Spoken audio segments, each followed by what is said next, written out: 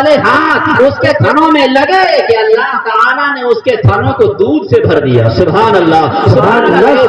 کمزور بکری جو جس کے لیے چلنا مشکل تھا دودھ سے اس کے تھن بھرے ہوئے ہیں. ایک برتن دوہا گیا, برتن بھر گیا, اللہ کے نبی نے پیا, سرکار صدیق اکبر نے پیا, آپ کے سارے ساتھیوں نے پیا, اور پھر دوسرا برتن پیا, دوسرا برتن دوہا گیا اور ام معبد کو دے دیا گیا. یہاں تک کہ اس بکری نے اتنا دودھ دیا, اتنا دودھ دیا کہ ام معبد کے سارے برتن دودھ سے بھر گئے. سارے برتن دودھ سے بھر گئے. کیوں؟ اس لیے کہ یہ ہمارے نبی کے دستے انوار کا اعجاز تھا. نبی کا مقدس ہاتھ جب اس کے تھنوں میں لگا تو اللہ تعالیٰ نے جنتی دودھ کی نہر کو جاری فرما دیا تھا. اس لیے تو اعلیٰ حضرت فاضل بریلوی ارشاد فرماتے ہیں کہ انگلیاں ہیں فیض پر ٹوٹے ہیں پیاسے جھوم کر,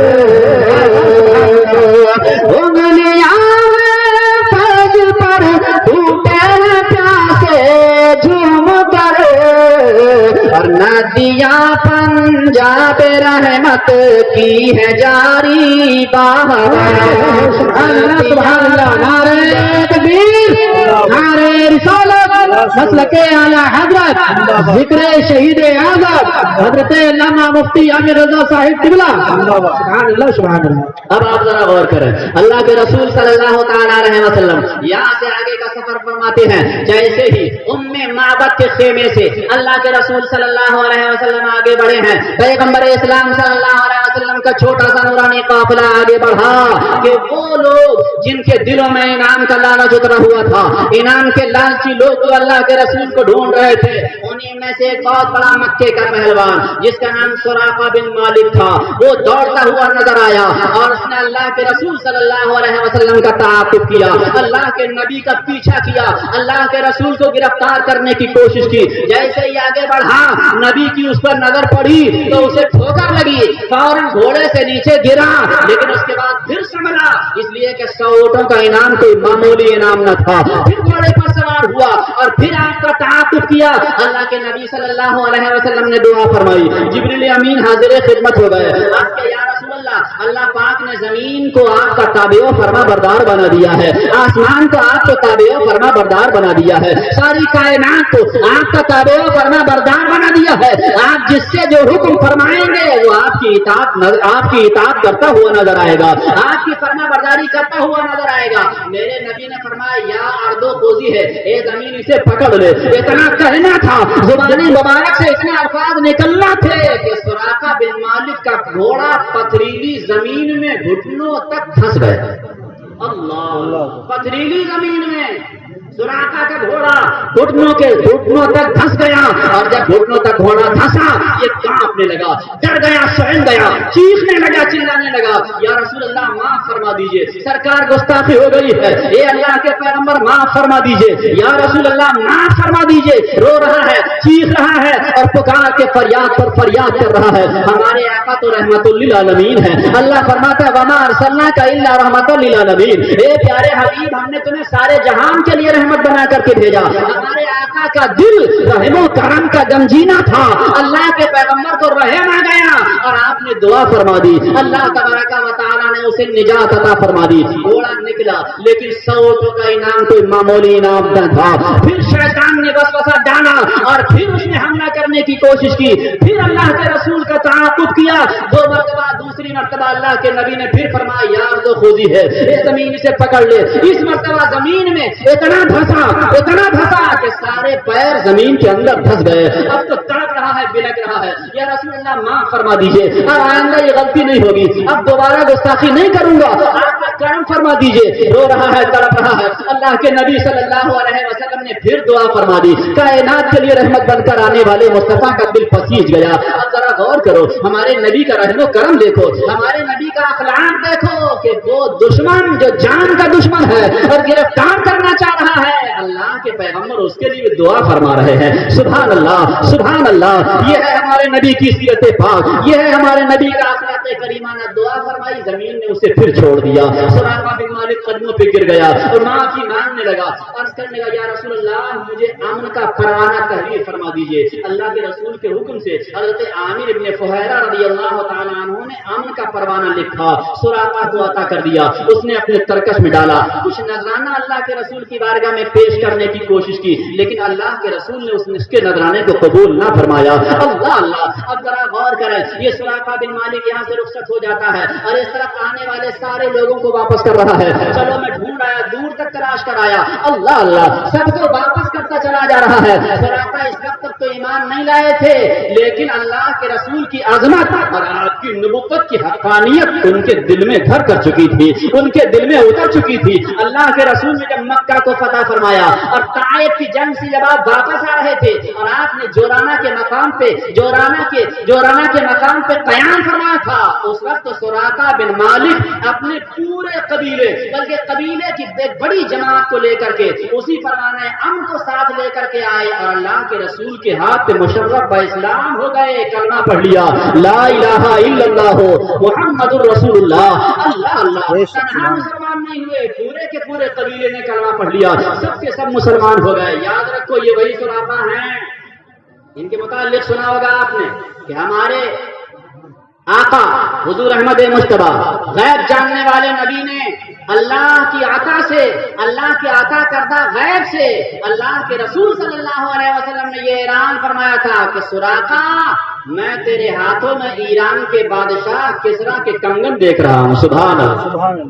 ابھی ایران فتح نہیں ہوا, ابھی اسلام دور دراز کے علاقوں میں نہیں پہنچا, ابھی چند افراد پر اسلام مشتمل ہے, لیکن نبی غیب کی خبر دے رہے ہیں, سراقہ میں تیرے ہاتھوں میں ایران کے بادشاہ کسرا کے کنگن دیکھ رہا ہوں. اللہ اللہ. اور پھر جب سرکار عمر فاروق اعظم کے زمانے میں ایران فتح ہوا اور ایران کے بادشاہ کسرا کے کنگن دربار خلافت میں لائے گئے, حضرت عمر فاروق اعظم نے حضرت سراقہ کو بلایا اور اپنے آقا کے فرمان کی تصدیق اور تحقیق فرماتے ہوئے حضرت سراقہ کو وہ دونوں کنگن عطا کر دیے اور فرمایا سراقہ کہو کہ حمد ہے اس اللہ کے لیے کہ جس نے ایران کے بادشاہ کسرا سے کنگن چھین کر سراقہ بدوی کو عطا فرما دیے. یہ سبحان اللہ, یہ اللہ کی قدرت کاملہ ہے, یہ اللہ کا فضل ہے, اس کا احسان عظیم ہے. معزز سامعین کرام ذرا غور کریں, سراقہ بن مالک کو رخصت کر دینے کے بعد اور بھی بہت سارے لوگوں سے ملاقات ہوئی, لیکن جس سے بھی ملاقات ہوئی آپ کے پھوپھی زاد بھائی آپ سے تجارت کر کے ملک شام سے واپس آ رہے تھے, ملاقات ہوئی, انہوں نے بہت سارے تحفے اللہ کے نبی کی بارگاہ میں پیش فرمائے جنہیں سرکار نے قبول فرما لیا. جب مدینہ شریف کے قریب پہنچے تو بریدہ اسلمی نام کا ایک شخص جو 100 اونٹوں کے لالچ میں اپنے قبیلہ سہن کے 70 لوگوں کو لے کر کے اللہ کے رسول کو گرفتار کرنے کے لیے آئے تھے. اللہ اللہ. انہوں نے اللہ کے رسول کو پا لیا, مدینے کے قریب میں ان کی ملاقات ہو گئی, آئے اللہ کے رسول کو دیکھا اور دیکھ کر کے قریب آئے, پوچھا آپ کون ہیں؟ ہمارے نبی نے فرمایا میں محمد ابن عبداللہ اللہ کا رسول ہوں. اللہ اللہ. اتنا سننا تھا کہ جمال نبوت کا ایسا اثر تھا ہمارے نبی کی گفتگو سے, ہمارے نبی کی گفتگو سے بریدہ اسلامی اس قدر متاثر ہوئے, اتنے متاثر ہوئے کہ قدموں میں گر گئے اور کلمہ پڑھ کے مسلمان ہو گئے. آئے تھے گرفتار کرنے کے لیے, لیکن نبی کے عشق میں گرفتار ہو گئے, نبی کی محبت میں گرفتار ہو گئے اور اتنے دیوانہ وار گرفتار ہوئے, ایسے عاشق ہوئے کہ کہا یا رسول اللہ اب آپ کا داخلہ مدینے میں ایسے نہیں ہوگا, آپ کے ساتھ قبیلہ شام کے 70 لوگوں کی جماعت ہے, اب یہ جلوس کی شکل اختیار کر گیا. یا رسول اللہ میری خواہش یہ ہے جب آپ کا داخلہ مدینے میں ہو تو جلوس کے ساتھ ہو, اور جلوس بھی ایسا ہو کہ جس میں جھنڈا بھی ہو. اب جھنڈا کا بریدہ اسلمی نے اپنا صافہ کھولا, نیزے پر صافے کا جھنڈا بنایا اور اللہ کے رسول کے استقبال کے لیے آگے آگے چل رہے ہیں. سبحان اللہ سبحان اللہ. غور کرو مسلمانوں, ہمارے نبی کی شان اعجاز دیکھو. میں پوچھتا ہوں ان نادانوں سے اور ان بدعقیدوں سے کہ ان کی نگاہوں سے یہ حدیثیں نہیں گزرتی ہیں.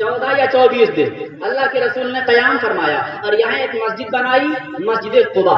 روایت میں ہے کہ صحابہ کرام کے ساتھ اللہ کے رسول خود اس مسجد کے تعمیر میں پتھروں کو ڈھو ڈھو کر کے حصہ لے رہے۔ اللہ کے نبی نے خود اتنے بھاری بدریلے پتھر اٹھائے کہ جس میں ناظرین خم ہو جاتا تھا۔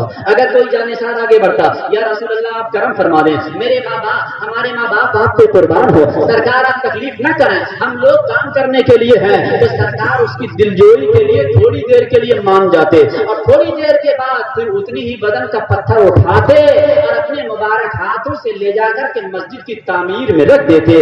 اللہ اللہ، عزیزان ملت اسلامیہ، آپ نے مسجد قبا تعمیر فرمائی ہے۔ کون سی مسجد جانتے ہو؟ یہ وہ مسجد ہے جس کی تعریف قرآن میں آئی ہے، جس کی تعریف حدیث میں آئی ہے۔ اللہ کے رسول نے خود فرمایا کہ جس نے مسجد قبا میں 2 رکعت نماز نفل ادا کی تو اللہ تعالیٰ اسے عمرہ کرنے کا ثواب عطا فرماتا ہے۔ کتنی مبارک مسجد ہے، آپ ذرا غور کریں۔ پیغمبر اسلام صلی اللہ تعالیٰ علیہ وسلم کی شان پہ قربان جائیں۔ اللہ اللہ، اللہ کے رسول 24ویں دن یا 14ویں دن وہاں سے نکلے اور مدینہ شریف کی طرف تشریف لا رہے ہیں۔ اللہ اللہ، مدینے والوں کو اطلاع ملی، پھر وہی کفر و سرور کا عالم ہے، پھر وہی جلوس کی شکل میں ہے۔ آپ کے دادا حضرت عبد المطلب کے ننہال کے لوگ، یعنی قبیلہ بنی نجار کے لوگ، پروانہ بار جسم پر ہتھیار سجا کر کے 2 رویہ اللہ کے رسول صلی اللہ علیہ وسلم کے ساتھ جلوس کی شکل میں چل رہے ہیں۔ یہاں تک کہ قبیلہ بنی سلم میں جا کر کے آپ نے جمعے کی نماز ادا فرمائی۔ وہاں جو مسجد ہے اس کا نام آج تک مسجد جمعہ ہے۔ وہ پہلی مسجد ہے جس میں اللہ کے نبی نے جمعہ ادا فرمایا تھا۔ راستے میں جو بھی قبیلے ملتے تھے ان قبیلے والے درخواست کرتے تھے، یا رسول اللہ ہمارے یہاں قیام فرمائیے، آقا ہماری خدمت کو قبول فرما لیجیے۔ لیکن اللہ کے پیغمبر فرماتے نہیں، میری اونٹنی معمور ہے، اللہ کی طرف سے اسے حکم دیا ہے، جہاں یہ جا کر کے بیٹھ جائے گی وہی میری قیام گاہ ہوگی۔ اللہ اللہ، آپ سب کو خیر و برکت کی دعاؤں سے نوازتے ہوئے آپ کا قافلہ آگے بڑھتا چلا جا رہا ہے۔ اللہ اللہ، مسرت و شادمانی کا عالم ہے۔ جب مکے میں پہنچے، جب مدینہ المنورہ میں پہنچے تو نعرہ تکبیر کی فضاؤں سے پورا شہر گونج اٹھا تھا۔ عورتیں خوشیاں منا رہی تھی، بچیاں تک بجا رہی تھی، چھوٹے چھوٹے بچے گروہ کے گروہ مدینے کی گلیوں میں آمد مصطفیٰ کے گن گاتے ہوئے نظر آ رہے تھے۔ ہر طرف خوشیوں کا ماحول تھا۔ صحابہ فرماتے ہیں جتنی خوشی مدینے میں اللہ کے رسول کی آمد کے دن ہوئی تھی، اتنی خوشی ہم نے اپنی زندگی میں دوبارہ کبھی نہیں دیکھی ہے۔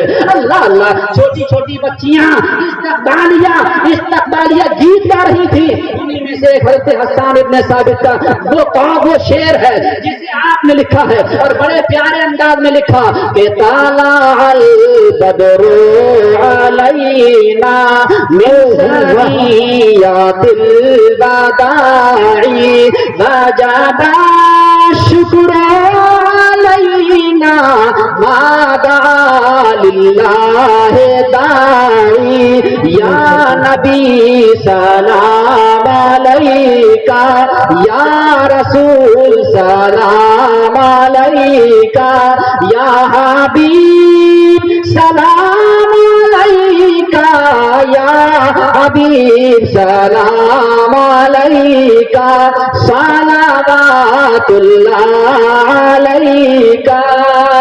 انہی اشعار پر میں اپنی گفتگو کو ختم کر رہا ہوں۔ اور اب ایک بات آپ کو بتا دوں، یہ جو وہ گھاٹی ہے جہاں مدینے والے آنے اور جانے والوں کو ودا کرتے ہیں، دیکھو ایک یہ موقع ہے کہ اللہ کے رسول مدینے میں آئے تو پورے مدینے میں خوشیاں ہیں۔ ثنیۃ الوداع کی گھاٹیوں سے استقبال اور خوشیاں منائی جا رہی ہیں۔ اور ابھی آپ سنیں گے، اسی 10 روزہ بیان کے درمیان سنیں گے، انہی وادیوں سے جب امام حسین میدان کربلا جانے کے لیے رخصت ہوئے تھے تو کیسا اضطراب اور بے چینی کا عالم تھا۔ یہی گھاٹی ہے، یہی خوشی کا ذریعہ ہے، یہی غم کا ذریعہ ہے۔ اسے آپ ذہن نشین رکھیے تو بات زیادہ سمجھ میں آئے گی۔ اللہ کی بارگاہ میں دعا ہے کہ اللہ تبارک و تعالی ہمیں اور آپ کو